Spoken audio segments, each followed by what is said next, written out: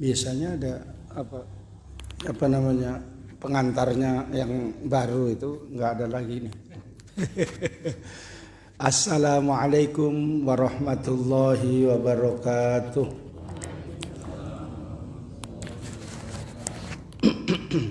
Alhamdulillahirabbil alamin.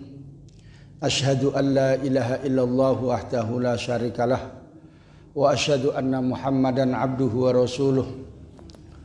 Allahumma sholli ala nuril anwar wa sirril asrar wa tiryakil aghyar wa miftahi babil yasar sayyidina Muhammadinil muhtar wa alihil athhar wa ashabihil ahyar adada ni'amillahi wa ifdhalih. Amma ba'du, para alim ulama, para ustadz yang saya muliakan, bapak-bapak dari pengurus masjid yang saya hormati, bapak ibu saudara-saudara jamaah sekalian rahimakumullah. Alhamdulillah, dengan rahmat Allah kita bisa melaksanakan subuh berjamaah. Kita sambung dengan mengaji, taklim. Pembahasan kita akan membahas tentang status hukum zikir sesudah sholat dan dalil-dalilnya. Yang disebut dalam kitab-kitab agama, kitab fikih, al-azkaru ba'das sholati. Zikir-zikir sesudah sholat fardu. Qala al-Imamun Nawawi ajma'al ulama'u ala istihbabi dzikri ba'da sholati ay al-mafrudati wa ja'at fihi ahadithun katsiratun sahihatun. Imam Nawawi menjelaskan dalam kitab Al-Adhkarun Nawawiyah halaman 99 merupakan kesepakatan ulama, ijma' ulama. Sunnatnya, hukum sunnatnya berzikir ba'da sholati, sesudah sholat yang diwajibkan. Baik namanya zikir yang disebut maksurah ataupun ghairu maksurah. Tetapi yang lebih baik maksurah. Maksurah itu artinya yang diajarkan dari Nabi. Itu namanya maksurah. Zikir yang tidak diajarkan dari Nabi tapi dibaca sesudah sholat itu namanya ghairu maksurah. Berdasarkan hadis sahih yang banyak. Maka hukumnya zikir, membaca doa sesudah sholat fardu itu hukumnya sunat menurut kesepakatan ulama. Ijma' itu merupakan dalil sesudah Quran dan sunnah.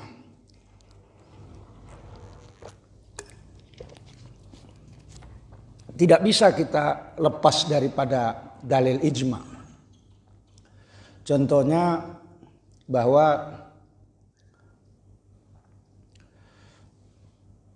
berdasarkan Quran, aqimis sholata, dirikanlah sholat.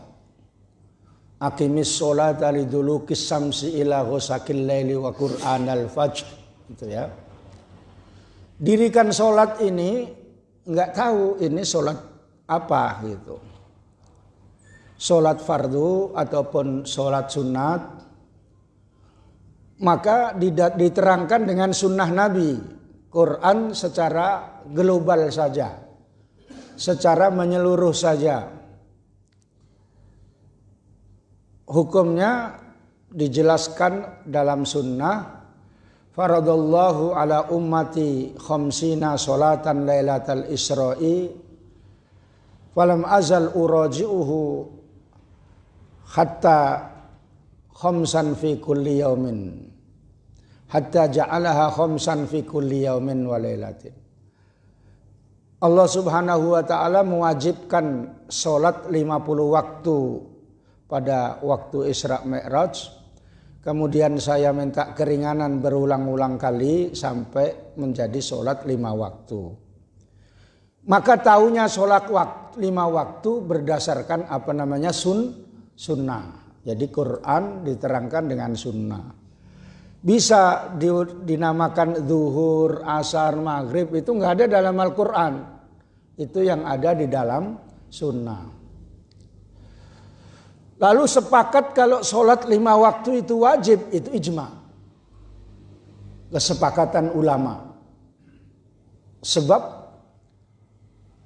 yang diterangkan dalam Quran ataupun hadis itu belum jelas artinya apakah sholat wajib ataupun sunat.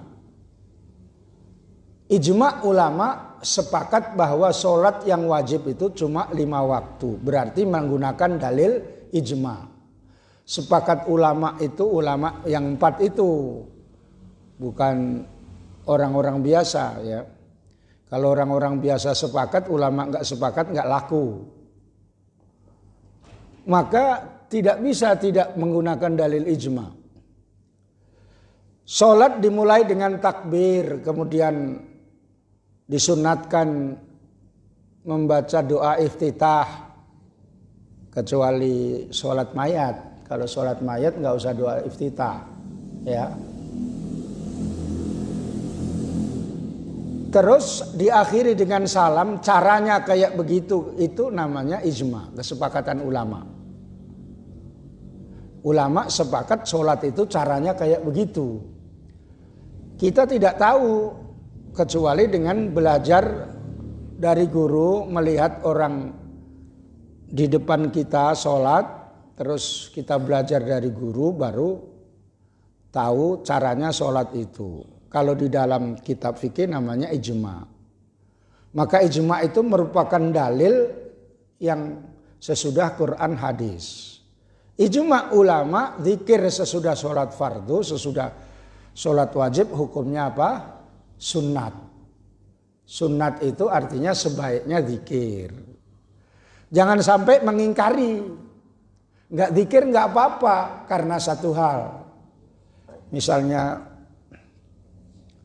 mau jualan, mau zikir lama kali.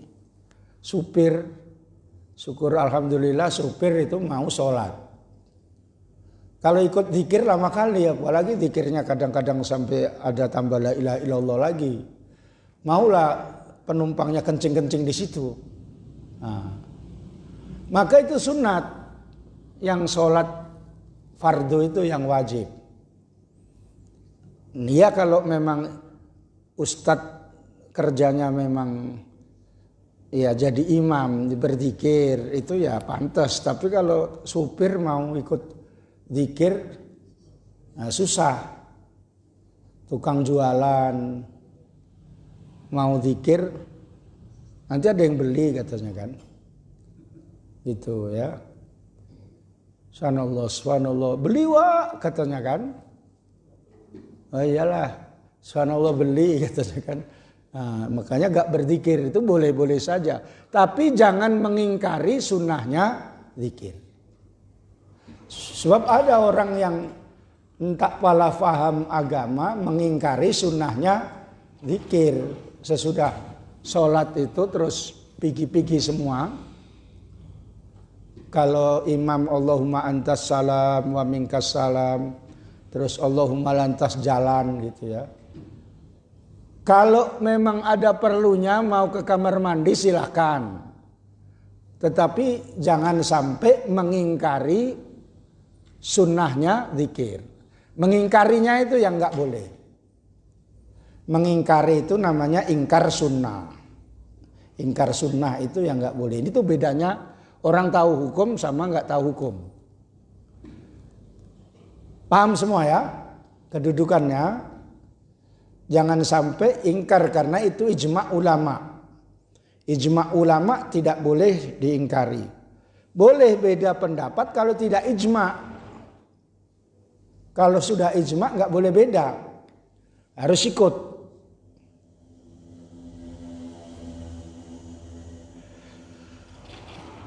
Iya Pak di Masjidil Haram kok langsung pigi-pigi semua katanya. Ya nggak apa-apa kalau jangan mengingkari sunnahnya zikir. Bisa saja geser dia kepanasan atau kedinginan karena dekat AC nggak tahan gitu. Geser baru zikirnya di tempat situ gitu. Jadi itu status hukum zikir. Zikir ini maknanya ada namanya zikir kauli, ada namanya zikir kolbi. Zikir kauli ini ucapan yang terdiri daripada memuji Allah ataupun berdoa seperti zikir tasbih subhanallah, seperti kalimat tauhid la ilaha illallah, seperti hauqalah. Hauqalah itu namanya la haula wala quwata illa billah, singkatannya hauqalah. Seperti tahlil, doa, istighfar, baca sholawat, semuanya itu masuk dalam kategori zikir. Kalau diucapkan namanya zikir kauli, tapi ada zikir yang dalam hati. Dia tidak diucapkan tapi zikir. Itu tingkatan orang-orang tarekat kadang-kadang sudah diajari kauli, kemudian kolbi, hatinya. Yang bagus dua-duanya. Hatinya juga berzikir, mulutnya juga berzikir. Karena kerjanya banyak, upahnya banyak. Biasanya kan kayak gitu kan. Kalau kerjanya banyak, upahnya banyak. Bukan kojo tak kojo 500 katanya kan. Ya. Kojo tak kojo 500 katanya kan. Iya. Ya. Jadi hatinya zikir. Makanya nanti kita artikan makna zikir-zikir dalam sholat sedapat-dapatnya dalam waktunya nanti, supaya tahu apa maknanya kita zikirkan itu, hakikatnya, penjelasannya gitu. Hatinya berzikir dan mulutnya bunyi subhanallah, maha suci Allah. Artinya terus di hatinya itu maha suci Allah gitu ya. Nah, nanti apa yang dimaksudkan maha suci? Apa memang seperti sucinya makhluk? Nah, itu nanti diterangkan. Yang pertama berdasarkan hadis dari Al-Barra radhiyallahu anhu, dia berkata Rasulullah bersabda, man istaghfarallaha dubura kullas sholati thalatha marratin faqala astaghfirullahal azim la ilaha illa huwal hayyul qayyum. Dibaca hayyu boleh, hayya boleh. Kalau jadi hayya namanya kalau dalam ilmu nahwu naat, kata sifat daripada Allah yang menjadi maf'ul. Dibaca hayyu sifat dari huwa yang menjadi badal, yaitu kedudukannya huwa itu marfu', maka al-hayyu dibaca rofa. Jadi kalau ada orang membaca hayya boleh. Misalnya hayyu juga boleh. Pernah dengar ya? Ya ilaha illa la ilaha illallah huwa astaghfirullahaladzim la ilaha illa huwal hayyal qayyum wa atubu ilaihi gitu ya. Pernah dengar sekali dari guru terus nyalah-nyalahkan, itu yang nggak boleh. Ya. Ghufirat dunubuhu wa in kana qad farra minaz zahafi. Orang yang mengatakan astaghfirullahaladzim, astaghfirullahalladzi la ilaha illa huwal hayyul qayyum wa atubu ilaihi, dan dalam hadis lain dikatakan al-azima, maka diampuni dosa-dosanya walaupun dia lari dari peperangan. Maksudnya walaupun melakukan perbuatan dosa. Apa maknanya bahwa dikatakan disunatkan istighfar itu? khususnya sesudah sholat. Di dalam sholat itu banyak kekurangan kita dalam sholat. Sholat disunatkan untuk semangat, nasyat. Artinya hatinya dari pagi-pagi pun semangat, jangan Allahu Akbar gitu. Ya, kata imam, Allahu Akbar, kata imam, Allahu Akbar gitu. Ini nggak semangat namanya, itu nggak boleh. Ya, makanya siram air dulu badannya, baru semangat. Kalau baru bangun kan biasanya diem aja dulu. Sebagian ya, diem aja dulu. Sholat subuh apa enggak ya, gitu dia. Ya, ke masjid apa enggak, berat kali rasanya ya. Tapi udahlah, orang umur pun tinggal sedikit, katanya kan. Ya, kapan lagi lah enggak sholat nih, katanya kan. Nah,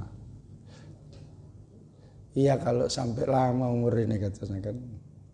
Kadang ada orang jalan-jalan sore, jalan-jalan pagi, mau kemana Pak, katanya kan. Nengok-nengok dunia. Orang nunggu-nunggu mati nggak datang-datang, katanya. Gitu. Ada kayak gitu ya.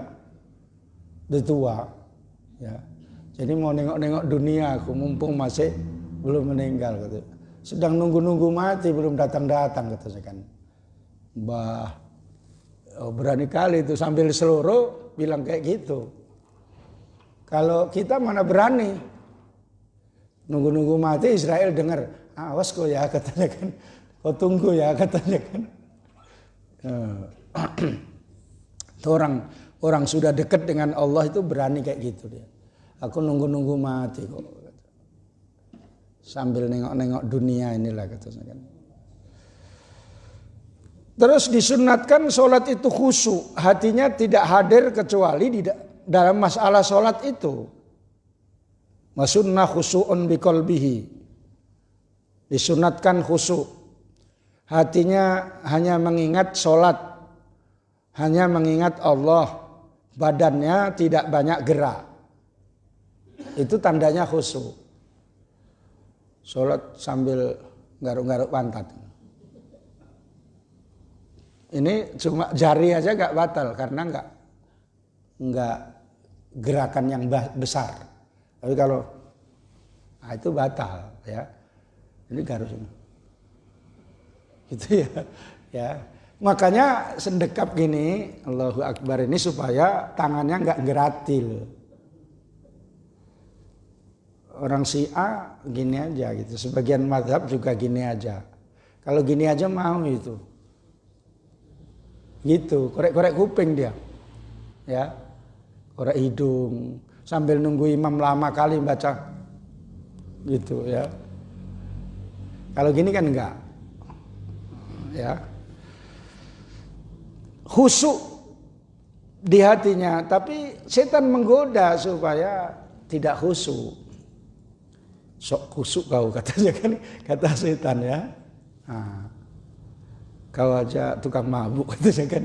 Dulu katanya kan, iya ya dulu aku kerjaku memang minum tua, katanya. Diingat-ingat gitu ya. Nah, kalau ibu-ibu minggu kayak gini, alhamdulillah nggak ada undangan, katanya, katakan gitu. Minggu terakhir gitu. Tapi udah habis beras gitu ya. Gula pun habis gitu. Bapak maupun diem aja gitu misalnya ya. Gak ada bilang-bilang ayahnya mau minta segen gitu. Jadi sholat itu ingat-ingat kayak gitu. Kadang-kadang gondok sama suaminya. Dibonceng itu ya. Sholat dipikirkan. Pagi-pagi sholat. Nanti bonceng-bonceng cewek katanya kan. Ya, cuma anak kayak gini suami ini katanya kan. Nah, padahal nggak bonceng cewek gitu, dicurigai, ya, karena parfumnya baru, nggak tahu kalau suaminya beli parfum baru gitu ya.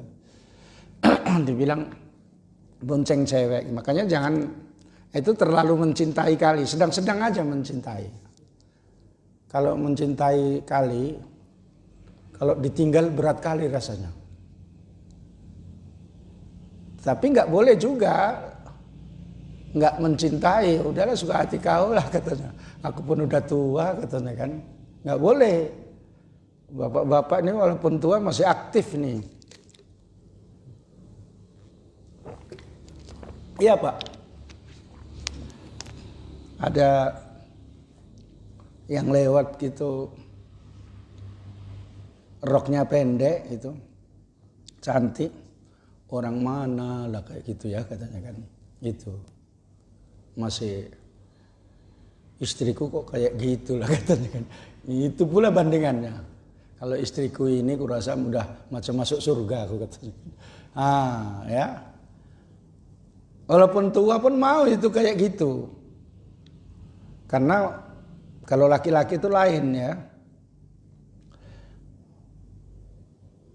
Mungkin yang udah 60 itu merasa ya, iya juga ya katanya kan. Iya Pak, iya. Makanya kalau ditanya berapa umur Bapak, kau tanya dari mana? Kalau dari tengah ke atas beda dengan tengah ke bawah katanya kan. Ada orang kayak gitu, mana yang kau tanya katanya kan gitu ya. Seluruhnya gitu ya. Khusyuk ini diganggu terus. Makanya kekurangan dalam sholat itu ada. Terus tidak tahu apa maknanya sholat itu. Maka kekurangan-kekurangan itu supaya ditempel dengan astaghfirullahaladzim. Saya tidak yakin yang hadir di sini itu sholatnya khusyuk 100%. Iya Bu. Pasti ada gangguan. Perut ini kurang ajar. Tadi nggak apa-apa, ini mengulah katanya kan gitu. Itu perut bisa waktu sholat diganggu sama setan. Makanya selama tidak ada bunyi ataupun tidak ada bau, lanjut saja gitu. Kalau ada bunyi, katanya kan, ya udah batal ya. Atau nggak pala bunyi tapi macamnya kayak bau karet ini katanya kan, misalnya ya. Oh ini berarti knalpotnya ini ngobos ini gitu gini. Barulah batal. Tapi kalau nggak ada cuma krak-kruk aja nggak batal. Itu penjelasannya dalam hadis. Maka disuruh astaghfirullahaladzim, ya Allah ampunilah dosa-dosa saya. Dalam sholat pun banyak gangguan. Saya kurang khusyuk. Saya kurang semangat dalam sholat. Padahal menghadap kamu ya Allah. Saya tidak pala tahunya sebenarnya apa yang saya baca dalam sholat itu. Gitu. Baca istighfar. Terus ditambah la ilaha illa huwa, itu maknanya menjelaskan kalimat tauhid. Tidak ada yang hak disembah kecuali Dia Allah. Itu tingkatan orang awam, tapi tingkatan orang hakikat itu tidak ada yang maujud kecuali Allah. Nah, itu beda. Itu ulama-ulama wali yang sudah dekat, sudah fana. Fana itu artinya tidak ada, merasa yang tidak ada wujud kecuali yang wujud itu Allah. Itu namanya sudah makom fana. Maknanya begini, semua yang ada di alam ini hakikatnya nggak ada. Artinya yang ada ini hanya bayangan wujudnya Allah. Karena yang ada ini diciptakan oleh Allah.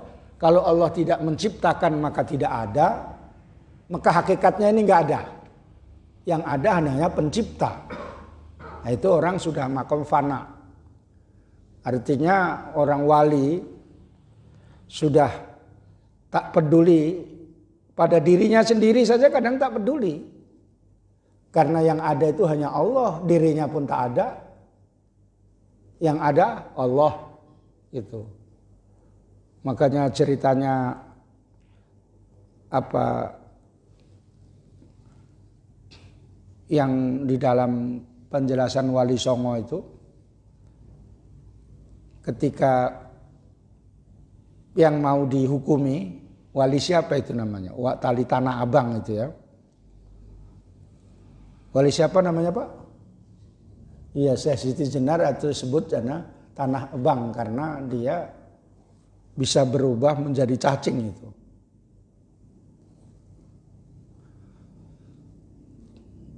Seperti itu dia alirannya. Tidak ada yang ada kecuali Allah. Semua tidak ada, la maujuda, tidak ada yang wujud kecuali Allah. Makanya menurut syariatnya ini nggak cocok sama orang awam. Kalau kayak gini, maulah kalau orang awam diajari kayak gini, mau nggak kerja, ya, karena nggak adanya kau katanya kan, makan pun nggak ada, minum pun nggak ada, karena yang ada itu hanya Allah. Kalau orang itu kalau nggak dikasih minum Allah nggak minum. Dikasih minum pun kalau nggak dipersilahkan nggak mau. Kalau aku masih hidup yang menghidupkan Allah, itu dia. Ya, bedanya ini saya terangkan ilmu hakikat supaya tahu bedanya. Kalau ilmu syariat tidak ada yang hak disembah kecuali Allah, itu artinya. Naik sedikit, tidak ada yang dituju la maksuda ilallah. Tidak ada yang tuju di dunia ini, di alam ini kecuali Allah. Tujuan kita adalah menuju kepada Allah. Ini kita kalau baca tahlil itu la ilaha illallah itu artinya kayak gitu. Beda-beda tingkatan orang. Yang la maujuda ilallah kalau orang awam ini berubah menjadi susah nanti. Karena nggak ada pun istriku katanya. Yang ada hanya Allah. Macam mana ini? Maka ketika dipanggil dalam penjelasan ceritanya itu,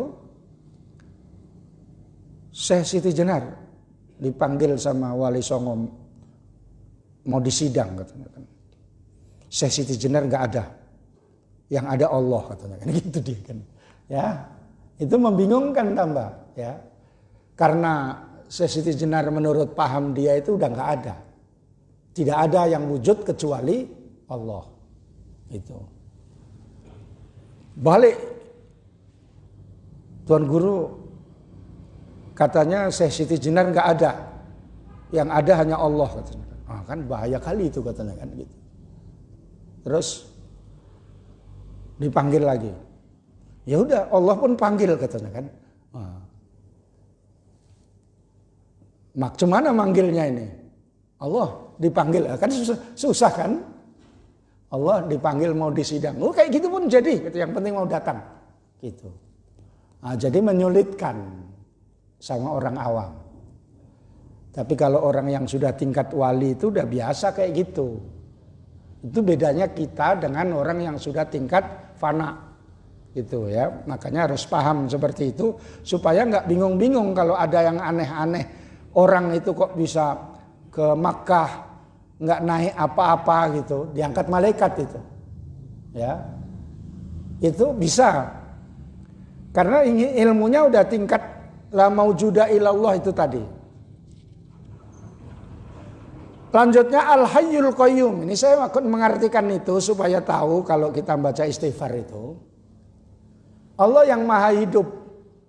Tuhan kita itu maha hidup, beda dengan Tuhan yang lain. Kalau orang Nasrani yang Trinitas, yang mengatakan bahwa Tuhannya sudah wafat. Makanya namanya ada tanggal merah itu wafatnya Yesus, gitu ya. Udah wafat pun dijadikan Tuhan itu. Semana orang namanya diyakini sudah wafat. Kalau dalam Islam kan belum. Tuhan yang lain misalnya ya seperti batu, arca, dewa-dewa semuanya ya yang dianggap itu yang enggak hidup. Makanya ketika Nabi Ibrahim ditanya siapa yang memenggal patung-patung ini? Kan kapaknya ada sama yang besar, tanyalah sama yang besar gitu. Padahal Nabi Ibrahim itu yang mengkapak. Kata yang nanya, gila kau, katanya kan. Ini kan gak bisa cakap, kau suruh aku nanya, katanya kan. Duh, kalau begitu kau tambah lebih gila lagi. Orang gak bisa cakap pun kau sembah, kau Tuhan kan. Katanya. Mikir juga itu, ya, iya pula ya. Cerdasnya Nabi Ibrahim kayak gitu. Tapi karena sudah mengikuti agama bapak-bapaknya, agama nenek moyangnya, nggak mau orang Mesir pada saat itu. Sudah itu ya tetap dihukum. Makanya Tuhan Allah Subhanahu wa taala beda dengan Tuhan yang lain. Tuhan kita ini maha hidup. Bukan yang sudah wafat. Bukan yang nggak ada akalnya. Hidup tanpa ada yang menghidupkan. Karena hayatuhu li nafsihi. Bukan li ghairihi. Al-Qayyum artinya yang ngatur alam ini sendirian, tidak ada temannya. Alam ini diatur oleh Allah Subhanahu wa taala sendirian Allah, sebab Allah tidak ada yang menyekutui, makanya la ilaha illa huwa, tidak ada Tuhan kecuali Dia. Makanya mengatur alam ini sendirian. Kalau seandainya ada satu atau dua malah nggak selesai, malah berantakan alam ini. Itu maknanya Al-Qayyum. Nah ini termasuk Ismul A'zam itu. Al-Hayyul Qayyum itu Ismul A'zam. Ismul A'zam itu kalau doa dengan menggunakan wasilah itu dibaca banyak-banyak, dikabulkan doanya. Tahu maksudnya? Misalnya bunyi Ya Hayyu Ya Qayyum, Ya Hayyu Ya Qayyum gitu ya. Ya Hayyu Ya Qayyum 1000 kali baru minta ya Allah saya mohon supaya begini dengan berkat Ismul A'zam ini. Menurut Imam Nawawi Al-Hayyul Qayyum itu nama yang agung apabila disebutkan dengan membaca doa itu dikabulkan doanya. Apa namanya? Ya Hayyu Ya Qayyum. Kalau sepakat ulama ya Allah. Tapi Ya Hayyu Ya Qayyum termasuk Ismul A'zam. Makanya ada Sunan Geseng itu di daerah Jawa Tengah. Ketika ada kebakaran enggak kebakaran. Karena zikirnya Ya Hayyu Ya Qayyum itu. Ditanya,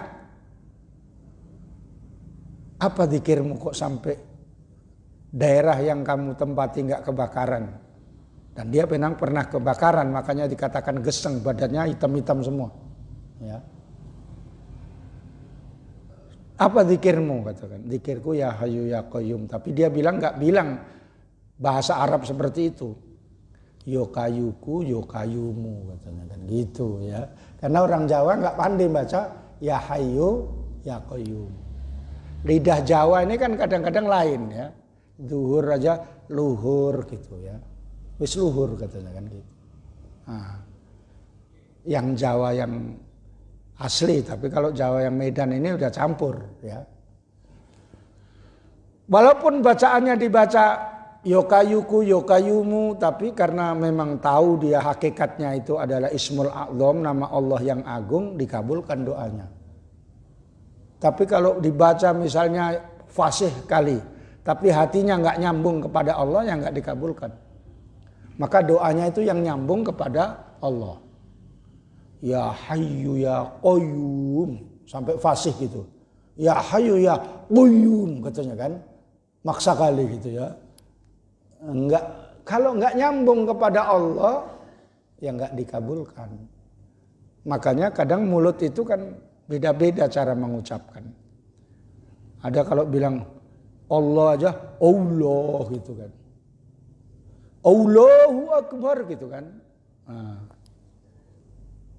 Wah, ini tanda ini orang dari Mandailing ini gitu ya. Ada yang kayak gitu kan? Nah, kalau yang itu mulutnya memang kayak gitu, nggak bisa dipaksakan. Tapi kalau belajar betul-betul baru bisa, maksudnya dilatih. Kalau orang Aceh bilangnya kalau ro itu nggak bisa ra. Biasanya. Sabbihis marab gitu ya. Sabbihis marab bikal a'lalladzi. Kalau kita kan biasanya kan nggak kayak gitu. Sabbihis marab bikal a'lalladzi khalaqa fasawwa. Nah, ini biasanya kalau orang Aceh, biasanya umumnya ya. Sabbihis marab, marab katanya kan. Nah, itu lidahnya. Itu nggak boleh disalahkan kalau memang lidahnya kayak gitu. Orang Yaman pun, yang orang Arab itu pun beda lidahnya. Kalau bilang kof itu go. Makanya as-saqafu dibilang as-segaf. Marga Arab. Orang Arab yang keturunan Nabi, keturunan Fatimah binti Rasul, itu ada yang namanya marganya as-segaf. As-segaf itu dari kata-kata as-saqaf. Qaf itu dibaca ga. Jadi kalau tidak membaca Quran, membaca hadis, Qala Rasul sallallahu alaihi wasallam gitu ya. Qala Abu Hurairah wa qala Rasul gitu ya. Susah dia membilangkan qala Rasul gitu, susah. Nah, itu sebenarnya kesalahan dari bawaan daerahnya. Cuma kadang-kadang yang benar pun ngikut gitu. Misalnya suka ikut Habib gitu ya. Terus dia ngajar ngikut Habib. Habibnya memang dari Yaman. Terus dia ngaji sebenarnya bisa bilang qala Rasul, dibilang qala Rasul gitu ya, kayak seolah-olah lahir di Yaman gitu ya. Lahirnya di bakaran batu misalnya ya. Ya. Bilang qala Rasul gitu. Nah. Jadi itu artinya la ilaha illa huwal hayyul qayyum wa atubu ilaihi, dan saya kembali kepadamu ya Allah, saya bertobat, itu artinya ya. 3 kali kan biasanya, astaghfirullahaladzim alladzi la ilaha illa huwal hayyul qayyum wa atubu ilaihi. Itu artinya kayak gitu. Sehingga kalau artinya tahu, wah bagus sekali ini artinya. Artinya saya kembali kepadamu, saya tobat. Nah, yang lalu-lalu saya nggak benar, saya sekarang kembali kepadamu. Nah gitu ya. Itu hadis yang pertama yang menjelaskan bahwa dalilnya zikir sesudah sholat itu membaca astaghfirullahaladzim. Makanya siapnya itu biasanya baca astaghfirullahaladzim. Imam itu sunat pada sesudah sholat itu menghadap separuh ke kanannya itu ke makmum, ke kirinya ke Ka'bah, supaya tanda kalau imam sudah tidak dalam posisi sholat lagi. Makanya kalau di sini gitu menghadap ke sana. Kecuali di sana itu ada perempuan cantik, menghadap kemari aja gitu ya. Kalau ke sana, astagfirullahaladzim, masih cantik juga ya katanya kan. Itu nggak usah ngadep ke sini, ngadep sana aja. Ya. Mana tahu nggak ada satirnya begitu ya. Astagfirullahaladzim, terganggu. Keretaku macamnya nggak ada gitu. Ya, karena keretanya baru. Duh, nggak ada keretaku. Astagfirullahaladzim, sebentar ya Pak katanya kan. Tengok, oh ada ya katanya kan. Nah, itu terganggu kereta. Makanya kalau selesaikan dulu keretanya, di kunci ganda dulu. Bila perlu bawa rantai yang besar tuh. Nampak rantainya saja malingnya pun udah nggak kerjaan ini katanya kan. Ya. Ada saya tempat ngaji kalau hari Minggu namanya Pak Haji Bahtiar itu. Kalau ngaji dirantit, gitu. Jadi kalau ada orang mau ngambil aja bisa mikir, keren, udah dikunci, dirantai lagi gitu. Rantainya ini yang berat ngurusnya. Nah, pasti dia yang lain, bagus yang ini gitu kan. Karena biasanya yang lebih ringan. Sholat makanya pada saat itu pencuri itu ngincar gitu. Pencuri yang sudah sulit sekali. Ini zaman Covid ini lebih meningkat pencurian, makanya hati-hati. Ya. Karena orang makin susah, maka meningkat pencurian. Kemudian lanjutnya hadis yang kedua. Yang kedua aja itu udah agak siang ya. Nanti dilanjutkan lagi. Ini supaya tahu artinya kalau kita zikir itu. Karena kalau nggak tahu zikir itu artinya, sebagian ulama mengatakan tak diterima. Tapi ulama yang lain mengatakan diterima kalau orang awam gitu. Kalau yang ikut yang nggak diterima itu macam mana? Kan susah kita. Astaghfirullahaladzim, alladzi la ilaha illa huwal hayyul qayyum pun nggak tahu artinya apa itu maknanya. Entah katanya kan. Orang itu baca kayak gitu ku ikuti katanya kan. Nah, nggak boleh gitu. Nah, gitu makanya kita artikan ya. Hadis yang kedua, karena Rasul sallallahu alaihi wasallam, Siti Aisyah berkata, Rasul sallallahu alaihi wasallam idza sallama lam yaqut illa miqdaru ma yaqulu Allahumma antas salamu wa minkas salamu tabarakta ya dzal jalali wal ikram. Rawahu Muslim. Makanya astagfirullahaladzim terus Allahumma antas salam wa minkas salam. Ditambah wa ilaika ya'udu salam. Boleh enggak ditambah pun boleh. Karena ada namanya tadi zikir maksur dan ghairu maksur. Apa artinya antas salam? Salam itu engkau lah ya Allah yang selamat dari kekurangan-kekurangan. Karena Allah itu semua sifatnya kamalat sempurna. Tidak ada sifat kekurangan. Itu artinya Allahumma antas salam. Ya. Selamat dari kulli naqsin wa afatin. Segala kekurangan dan apa saja yang menjadi menyulitkan. Itu artinya Allahumma ankas salam. Ya. Bukan Allahumma antas salam. Kaulah yang baca salam. Bukan begitu. Ya. Karena biasanya kan salam lah katanya. Waalaikum katanya kan gitu. Nah, kalau mau minta sumbangan baru keras sekali. Waalaikum katanya kan. Nah, infak bu gitu ya. Waduh gitu ya. Ada yang melas. Waalaikum katanya. Tolong bu sedekahnya. Ini habis kena tsunami katanya kan. Tsunami kan udah lama. Iya sampai sekarang belum ada perubahan katanya kan. Ya, ibu-ibu gitu ya.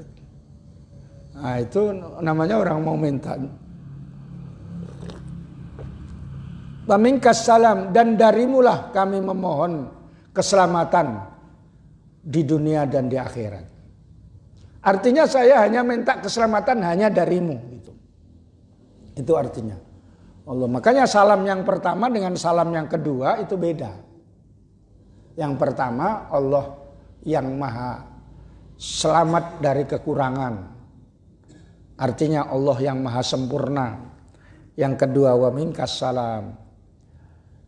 Dan darimu kami memohon keselamatan. Cantik kali artinya kan. Allahumma antas salam wa minkas salam. Kadang-kadang yang di makmum tuh antas salam wa minkas salam gitu ya, sambil tidur gitu ya. Setan ini kalau ganggu itu waktu ibadah itu sering. Makanya kalau waktu khutbah Jumat itu yang enak tidur gitu. Waktu sering saya khutbah Jumat di daerah masjid yang banyak orang yang kerja itu. Kalau sudah alhamdulillah udah mulailah siap tuh.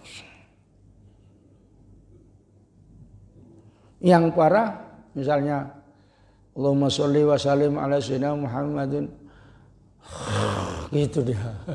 Khutbah. Wah sial kali bah ini kata saya kan. Ya. Itu bukan satu, banyak. Bang, bangun bang. Oh ya, gitu. Balik lagi dia. Ya. Nanti dibangunnya udah sholat bang, udah siap waktu sholat. Iya, kakinya belum bisa. Diluruskan dulu kakinya. Gitu. Nah, gini. Sholat bang katanya. Iya, kakinya belum bisa katanya kan. Nah, barulah hampir ketinggalan 1 rakaat sudah. Nah, itu setan itu kalau mengganggu, kata setan, mampus kau kan katanya kan. Nah, nggak dengar khutbah kau kan katanya kan. Apalagi udah tahu khutbahnya orang tua, ini nggak banyak kali perkembangan ini khutbahnya ini katanya kan. Begitu nampak khotibnya orang tua, ada tidur lah ini katanya kan. Apa yang didengarkan dari orang ini katanya kan. Nah, itu setan cepat mengganggu. Di rumah payah tidur. Nah, di rumah payah tidur waktu sholat. Kadang-kadang sholat itu pun ngantun. Ya, sambil nunggu imam baca ayat, ayatnya agak panjang, gitu. Subuh. Wa minkas salam wa ilaika ya'udus salam. Tabarakta Rabbana ya dzal jalali wal ikram. Tabarakna, engkaulah yang telah memberikan barokah. Barokah itu artinya kebaikan yang luas dari Allah, itu namanya barokah. Makanya di mana disebut namanya barokah, itu artinya kebaikan dari Allah, khairun ilahiyun, yang luas, yang sangat luas. Makanya diberikan barokah, misalnya saya doakan ya Bu, anak ibu barokah katanya. Nikah gitu ya. Nggak bisa pakai bahasa Arabnya, mudah-mudahan nikahnya barokah, keluarganya barokah. Ya bagus itu doanya ya. Nggak pakai bahasa Arab misalnya ya. Karena bisanya itu gitu ya. Itu saja dulu, ada yang mau ditanya nanti dilanjutkan. Bapak Ibu, ada yang mau nanya? Karena masalah zikir ini, saya tengok pun ini kebetulan agak sedikit. Kadang-kadang pas makmumnya banyak itu, udah berlarian sebagian itu. Syukur-syukur dia tidak ingkar zikir ya. Kalau ingkar sunnah ini yang makanya saya terangkan supaya jangan mengingkari sunnahnya zikir. Bahaya itu. Karena ijma ulama, kesepakatan ulama itu. Apalagi yang dibaca, satu lagi sedikit aja ya. Hadis yang ketiga yang menerangkan bahwa dari Mughirah bin Sya'bah, Rasulullah Shallallahu Alaihi Wasallam, karena idza faragha minas sholati, apabila selesai dari sholat fardu, membaca la ilaha illallah la syarikalah lahul mulku wa lahul hamdu wa huwa ala kulli syai'in qadir. Allahumma la mani alima a'taita wa la mu'tiya lima mana'ta wa la yanfa'u dzal jaddi minkal jadd. Rawahul Bukhari wa Muslim. Jadi ada yang riwayat yang lain, la ilaha illa antas, la ilaha illallah la syarikalah lahul mulku wa lahul hamdu yuhyi wa yumitu wa huwa ala kulli syai'in qadir. Ditambah yuhyi wa yumitu wa huwa ala kulli syai'in qadir. Sebenarnya dalam riwayat yang lain itu dibaca kakinya masih dalam keadaan waktu tasyahud akhir. Kalau yang itu la ilaha illallah wahdahu la syarikalah, kalau subuh sama maghrib itu pada saat kakinya masih dalam keadaan tasyahud akhir. Makanya yang dibaca sebagian yang paham itu dulu yang dibaca. La ilaha illallah wahdahu la syarikalah lahul mulku wa lahul hamdu yuhyi wa yumitu wa ala kulli syai'in qadir, baru astaghfirullahaladzim gitu. Kalau seandainya baca istighfar dulu baru la ilaha illallah la syarikalah lahul mulku wa lahul hamdu yuhyi wa yumitu wa ala kulli syai'in qadir, Itu pun kakinya sebenarnya di dalam penjelasan hadis yang lain masih dalam keadaan tahiyat akhir. Belum bergeser. Ini artinya menerangkan tauhid. Sangat bagus sekali la ilaha illallah tadi sudah saya terangkan, la syarikalah lahul mulku wa lahul hamdu. Bagimu ya Allah kerajaan. Tidak ada yang bisa mengalahkan kerajaanmu. Makanya disebutkan tu'til mulka man tasya wa tanzi'ul mulka mimman tasya. Engkau memberikan pangkat kepada orang yang engkau kehendaki. Engkau bisa melepaskan pangkat yang bisa siapa saja yang engkau kehendaki. Walaupun orang lain kehendak, enggak sesuai dengan kehendakmu, engkaulah yang jadi.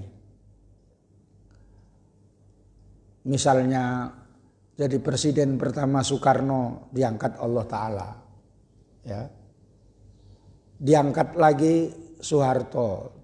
Tu'til mulka man tasya.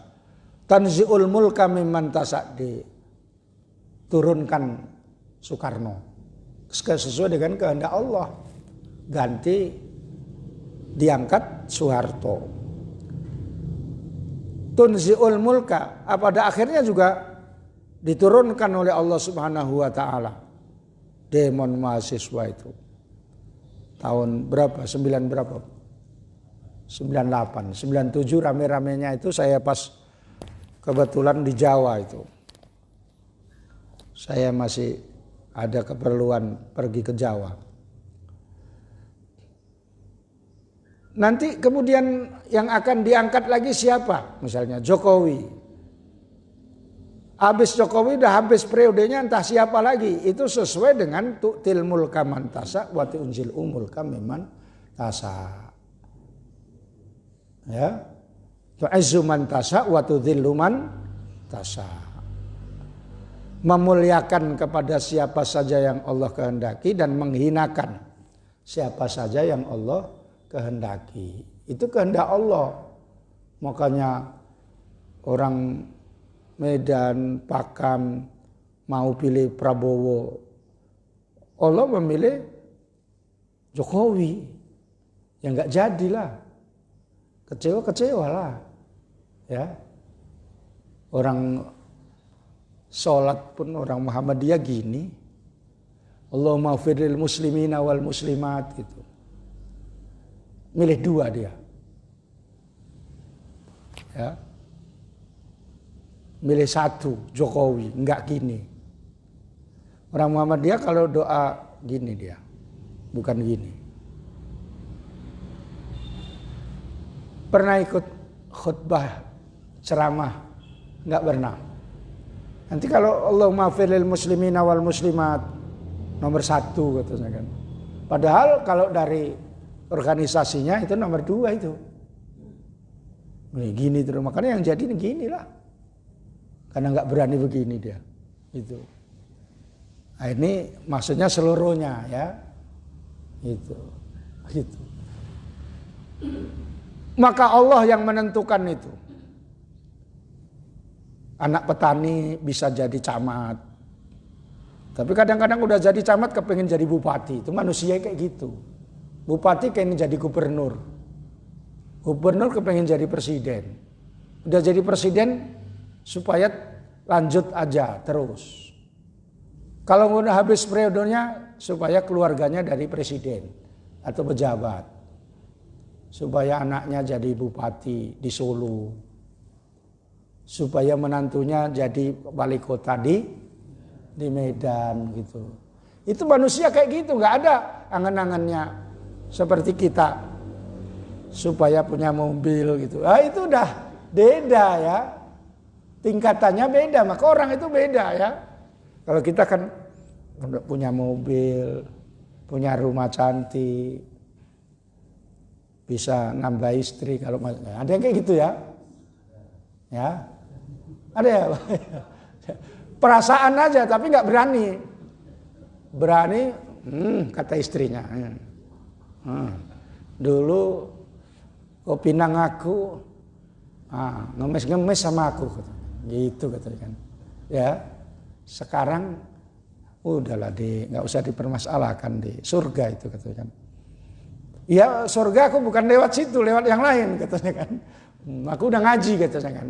Subuh aku ngaji katanya kan. Iyalah ngaji terus lah supaya dapat surga katanya kan. Ya. Nah, itu kan kemauan kita orang awam. Kalau kemauan orang presiden ya lain lagi. Makanya nggak boleh disama-samakan tingkatan orang itu, nggak bisa.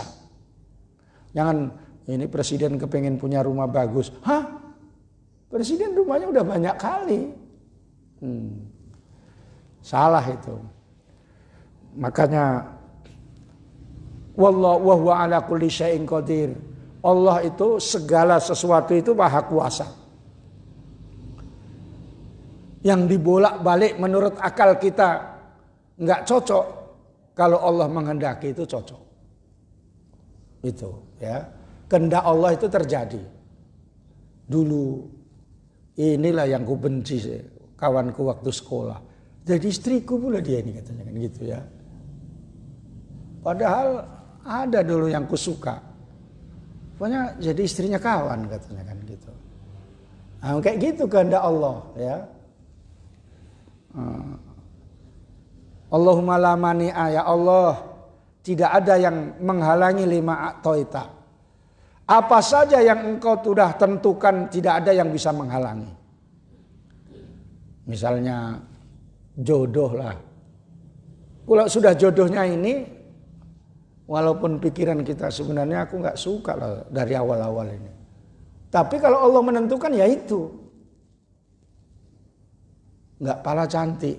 Ya itu jodohmu gitu. Kalau kamu cantik malah susah kau, banyak permintaan, gak kuat kau katanya kan. Apa yang sudah ditentukan diberikan oleh Allah tidak ada yang bisa menghalangi. Dikasih ketentuan rizkimu itu sekian, tidak ada yang bisa. Wala mu'tiya lima mana'ta, tidak ada yang bisa memberikan siapa saja yang engkau telah halangi. Kalau Allah sudah menghalangi tidak ada yang bisa. Karena Allah sudah menghalangi. Itu ilmu hakikat yang sebenarnya itu ya. Wala yanfa'u dzal jaddu minal, tidak ada manfaat kekayaan yang ada di dunia itu bisa menyelamatkan kamu. Yang bisa menyelamatkan kamu adalah amal soleh nanti di akhirat. Itu artinya Allahumma la mani'a lima a'taita wala mu'tiya lima mana'ta wala yanfa'u dzal jaddu. Tidak manfaat kekayaan itu, min kal jaddu, darimu. Al jaddu adalah kekayaan di dunia itu tidak ada manfaat. Tapi yang manfaat itu adalah amal soleh. Makanya yang kaya-kaya itu arahkan kepada amal soleh. Silakan kaya. Silakan kaya semua. Tapi diarahkan kepada amal soleh. Itu saja barangkali. Kalau kita tidak ada yang nanya, kita baca doa. Yang penting saya tanamkan, zikir-zikir yang dibaca sesudah sholat itu dalilnya hadis-hadis sahih. Kemudian hukumnya zikir itu adalah sunnah. Jangan sampai mengingkari, ini yang bahaya. Mengingkari sunnah Rasul. Mengingkari sunnah Rasul itu bahaya ya. Gak boleh ya, haram. Karena gak ada yang nanya, kita akhiri dengan doa. Nanti insya Allah kalau saya gak lupa kita lanjut apalah mananya subhanallah 3 kali 33. Kenapa hitungannya kok 33? Kenapa gak 10 aja biar cepat selesai? Ya, itu kita lanjutkan nanti di pertemuan yang belum pernah saya terangkan itu kan? Belum ya. Alhamdulillahirabbil alamin. Allahumma sholli wa sallim ala sayyidina Muhammadin wa ala alihi wa sahbihi ajmain. Allahumma rzuqna ilman nafi'a warzuqna fahma. Allahumma aftah lana futuhal arifin. Allahumma ij'alna min ahli ilmi wal khair wa la taj'alna min ahli syarri wad dhair. Wa sallallahu ala sayyidina Muhammadin wa ala alihi wa sahbihi wasallam. Walhamdulillahirabbil alamin. Kurang lebihnya mohon maaf. Hadana wa iyyakum ajmain. Wassalamualaikum warahmatullahi wabarakatuh.